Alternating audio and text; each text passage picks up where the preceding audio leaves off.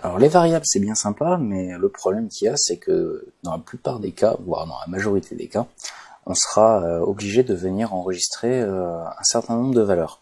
Et donc pour ça, les variables donc du coup ont leur limite étant donné qu'on ne peut stocker qu'une seule valeur par variable. Donc la solution brute consisterait à créer plusieurs variables, mais du coup ça peut vous faire 150 milliards de variables différentes au sein d'un même code, et du coup c'est pas très optimisé. Du coup, la solution consisterait à venir créer un tableau. Donc un tableau, qu'est-ce que c'est? Ça va être un ensemble de variables associées qui vont vous permettre d'enregistrer pas mal de valeurs. Donc un tableau, comment ça se déclare? Donc on va supprimer ça. Donc un tableau, il suffit de créer, donc on va créer une variable, et je vais l'appeler mon tableau. Donc un tableau, pour le déclarer, il suffit de taper new array, donc array pour tableau, et d'ouvrir les parenthèses. Et dedans, on va pouvoir venir lui injecter pas mal de valeurs. Donc là, on va commencer, on va faire salut, par exemple, virgule. On peut lui injecter des données, par exemple 45, et on va lui mettre fin. Voilà. Donc là, on aura un tableau avec 3 valeurs à l'intérieur.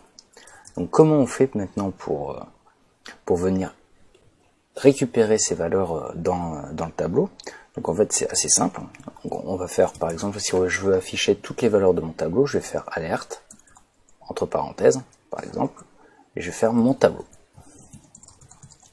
Point virgule, et là je vais lancer. Donc là on voit bien qu'on a 3 valeurs. Maintenant j'aimerais bien récupérer uniquement par exemple 45, la valeur 45. Donc pour ça c'est simple aussi, on va faire alerte, entre parenthèses, mon tableau,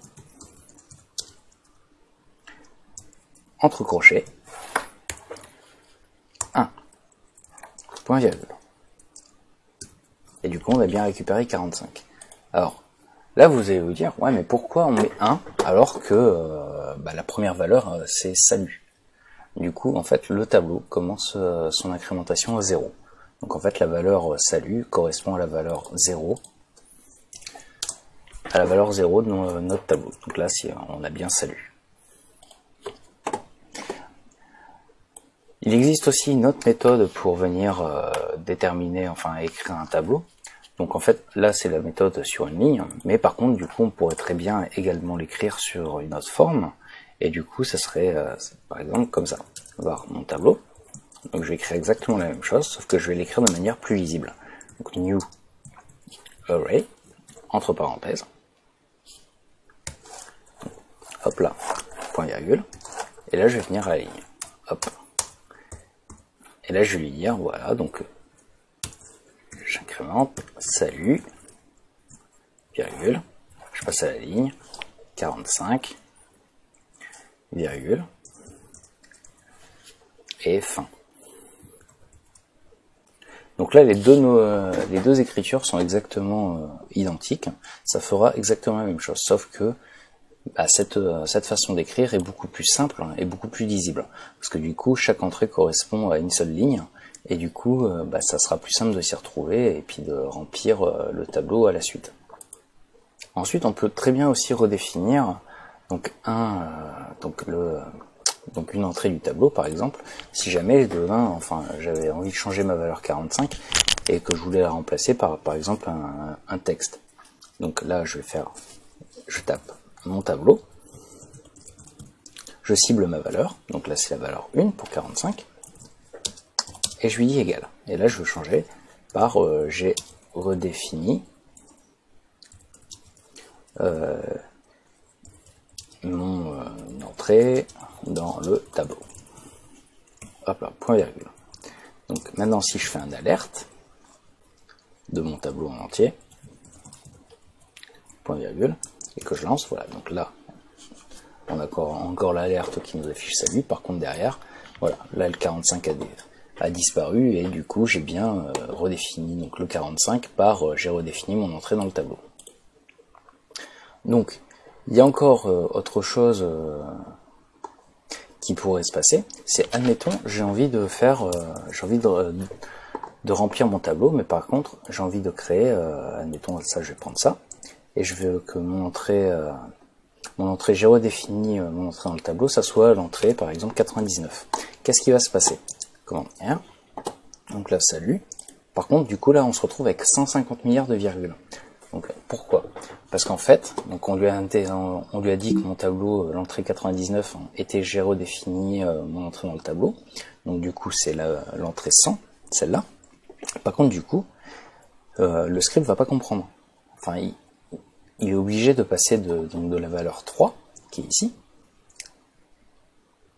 Enfin c'est de la valeur 2 concrètement.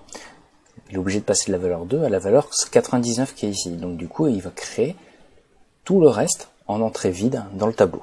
Donc là, c'est pas ce qu'on demande. Par contre, derrière, ça sera quand même le cas. Donc faites attention et n'utilisez pas des index trop hauts. Remplissez bien les valeurs de vos tableaux, donc parce que une valeur trop haute va créer pas mal d'entrées vides dans le code. Et c'est des entrées qui seront complètement inutiles et qui à la longue peuvent aussi alourdir le code pour rien.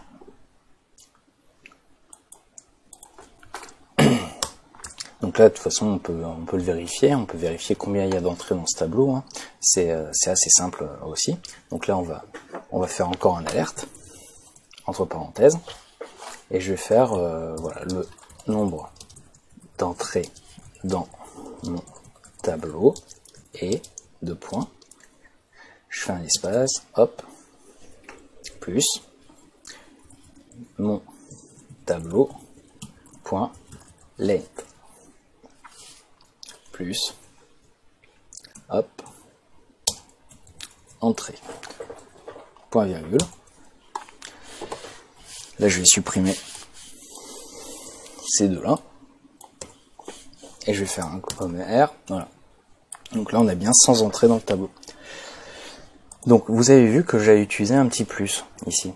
Donc en fait, là vous voyez qu'on va pouvoir venir interagir et venir intégrer des variables et des tableaux JavaScript à l'intérieur de notre code d'un alerte. Et en fait, donc c'est plus. Il faut rajouter un plus avant, un plus après. C'est un peu le principe de la concaténation pour ceux qui font un peu de code.